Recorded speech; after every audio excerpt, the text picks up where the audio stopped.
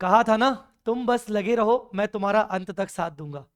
चलिए, जनवरी 26 एग्जाम्स हैं आज, और उसी के लिए मैं ये वीडियो बना रहा हूं, इंपॉर्टेंट एग्जाम टिप्स। बस आपके 5 मिनट चाहिए, और 5 मिनट इस पर्टिकुलर पार्ट को जरूर देख के जाना। सबसे पहले, लाइंस ड्रॉ करना मैंडेटरी नहीं है, स्केल वगैरह ये सब। अगर तुम उसमें ऑलरेडी प्रो हो तो कोई दिक्कत नहीं, पर अगर तुम उसमें प्रो नहीं हो, तुम्हें लगता है कि तुम्हारा टाइम वेस्ट होगा, तो कोई जरूरत नहीं है। तुम्हें डेकोरेशन करने की जरूरत नहीं है। क्लैरिटी अगर मिल रही है बिना लाइन खींचे, बिना ड्रॉ किए हुए, तो चलेगा। डेकोरेशन के पीछे मत जाना। नोट्स टू अकाउंट्स का सीक्वेंस। सर, ये नोट्स टू अकाउंट्स का सीक्वेंस मैंडेटरी है क्या?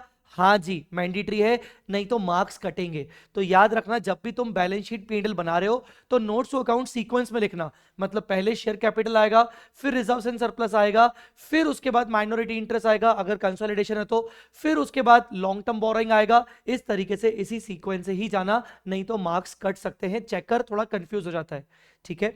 राइट ऑल सब parts of a question in the sequence. मान लो एक क्वेश्चन है, जैसे क्वेश्चन नंबर 6, उसमें ए बी सी 3 पार्ट्स हैं, तो तुम्हें तीनों के तीनों क्वेश्चन सीक्वेंस में करने, मतलब 6A, फिर 6B, फिर 6C। मान लो तुम्हें 6B नहीं आ रहा है, तुम उसके 1 पेज 2 पेज छोड़ दो, एक एक्स्ट्रा पेज छोड़ दो, कोई दिक्कत नहीं है, पर तुम्हें सब पार्ट्स को सीक्वेंस में करना पड़ेगा। ठीक है। Last 2 pages for the rough work. Advance accounts का पेपर है, तो आखिरी का जो लास्ट पेज होता है, आगे पीछे मिलाकर, आखिर आगे पीछे मिलाकर, उसके वो तुम रफ वर्क के लिए छोड़ दो। ऊपर डाल देना रफ वर्क, क्योंकि इससे क्या होगा, तुम्हारे जो आंसर्स होंगे वो प्रॉपर क्लियर लिख पाओगे, तुम्हारे आंसर्स में काटा पीटी नहीं होगी। तो लास्ट के 2 पेजेस रफ वर्क के लिए जरूर छोड़ना, और लास्ट में उनको कट करके आ जाना। 2 कैलकुलेटर्स लेके जाना, ढंग के अच्छे वाले 2 कैलकुलेटर्स लेके जाना। क्या पता तुम्हें जरूरत पड़ जाए, या किसी और को जरूरत पड़ जाए, हो सकता है शायद किसी और को तुम हेल्प कर दो, तो 2 कैलकुलेटर्स जरूर लेके जाना। 15 मिनट्स का रीडिंग टाइम, भाई साहब बहुत बहुत अच्छे से यूज करना है। सबसे पहले तो मैं बता दूं कि इस 15 मिनट्स के रीडिंग टाइम में तुम्हें पहला कंपलसरी क्वेश्चन पढ़ के टाइम वेस्ट नहीं करना है। तुम्हें क्वेश्चन नंबर 2 से लेकर क्वेश्चन नंबर 6 पढ़ना है, और उसमें तुम्हें डिसाइड करना है कि तुम कौन सा क्वेश्चन छोड़ने वाले हो। आई मेरी बात समझ में? तो इस पर्टिकुलर 15 मिनट्स के रीडिंग टाइम को बहुत अच्छे से यूज करना। टाइम वेस्ट मत करना पहला क्वेश्चन पढ़ने में और एमसीक्यू पढ़ने में। हाँ, रिकॉल इंपॉर्टेंट फॉर्मेट्स। अभी के अभी ये वीडियो कंप्लीट देखने के बाद बैलेंस शीट पीएनएल का शेड्यूल 3 का फॉर्मेट एक बार देख के चले जाओ। एओपी कंसोलिडेशन में, एओपी में मैंने जो फॉर्मेट तुम्हें बता रखा है अपने समरी नोट्स में, जो है कंसोलिडेटेड रिजर्व्स एंड सरप्लस में क्या क्या आता है, एओपी में क्या क्या आता है, कैश फ्लो स्टेटमेंट का अगर फॉर्मेट थोड़ा देखना चाहते हो तो वो देख लो। और जो जो क्वेश्चंस में इंपॉर्टेंट स्टेप्स लगती है, जहां जहां मैंने कोई स्पेसिफिकली नहीं बताया यहां पर, जिस टॉपिक में, जिस एएस में, जिस चैप्टर में भी जो जो इंपॉर्टेंट स्टेप्स लगती हैं, वो एक बार इंपॉर्टेंट स्टेप्स, अगर तुम्हें लग रहा है कि तुम भूल रहे हो, तो तुम उसको एक बार रिव्यू करके चले जाओ। थोड़ा भी अगर आइडिया है, क्वेश्चन आ रहा है पर थोड़ा भी आइडिया है, पूरी तरीके से अटेम्प्ट नहीं कर पा रहे हो, कोई बात नहीं, जितना आइडिया है उतना अटेम्प्ट करके जाओ। यकीन मानो, 1-2 मार्क भी जरूरी होते हैं रैंक दिलाने के लिए, और रैंक वर्सेस अटेम्प्ट में ये 1-2 मार्क बहुत काम आते हैं। तो अगर थोड़ा सा भी आइडिया लग रहा है, तो उस क्वेश्चन को अटेम्प्ट कर लेना। ठीक है। एमसीक्यूज की अगर बात करें, तो मैक्सिमम 30 मिनट्स का टाइम तो मैं एमसीक्यू में निकालना, पर कोशिश करके 30 मिनट से ज्यादा टाइम मत निकालना, ताकि डिस्क्रिप्टिव के लिए तुम्हारे पास टाइम बच सके। अब एमसीक्यू हमें करने कब है, मैं आपको बोलूंगा कि एमसीक्यू शुरू में आप देख सकते हो, 15 एमसीक्यूज होते हैं कुल मिला के, केस सिनेरियोस मिलाकर। तुमसे जितने फास्ट स्पीड में बन रहे हैं उतने कर लेना।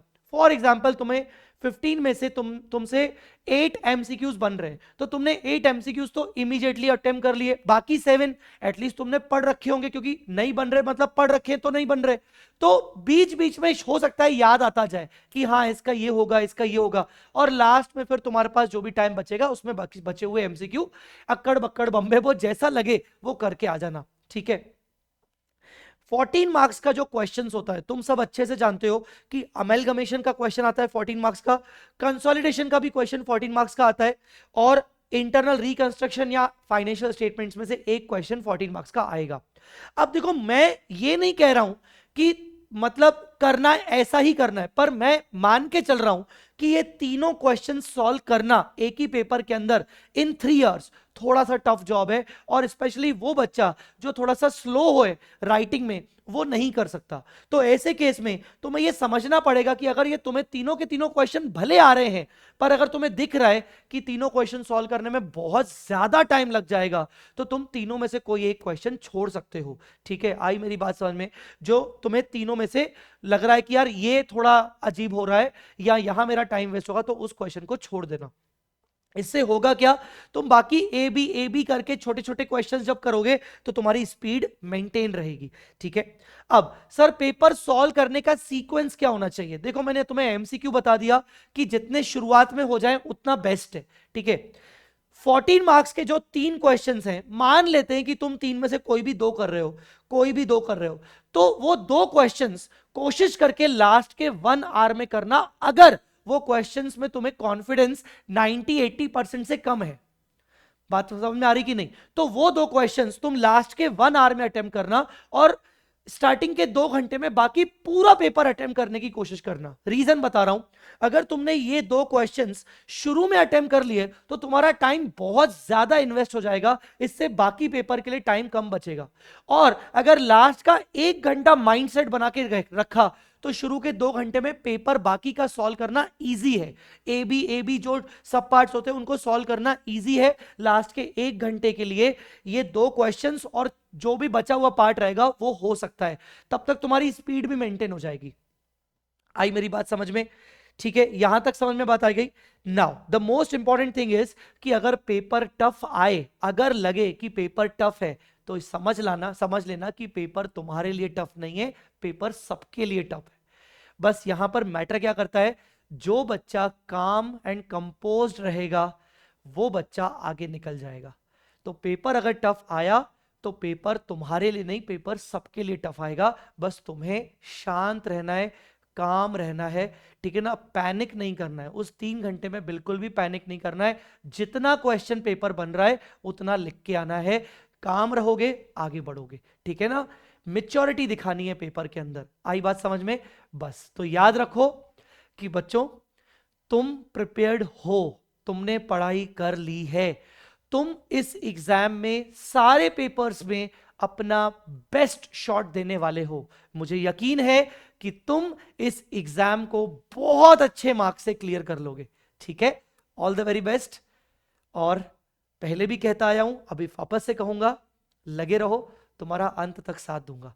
All the best guys. बहुत अच्छा होगा जब पेपर हो जाए, और जैसा भी पेपर हो, ऐसा नहीं कि अच्छा जाए तो ही मैसेज करना, अच्छा जाए बुरा जाए मैं बैठा हूं, मेरे साथ शेयर कर लेना। ठीक है, चलो ऑल द वेरी बेस्ट। हाँ, पेपर होने के बाद ज्यादा टाइम वेस्ट मत करना। ठीक है, all the best guys, do your best.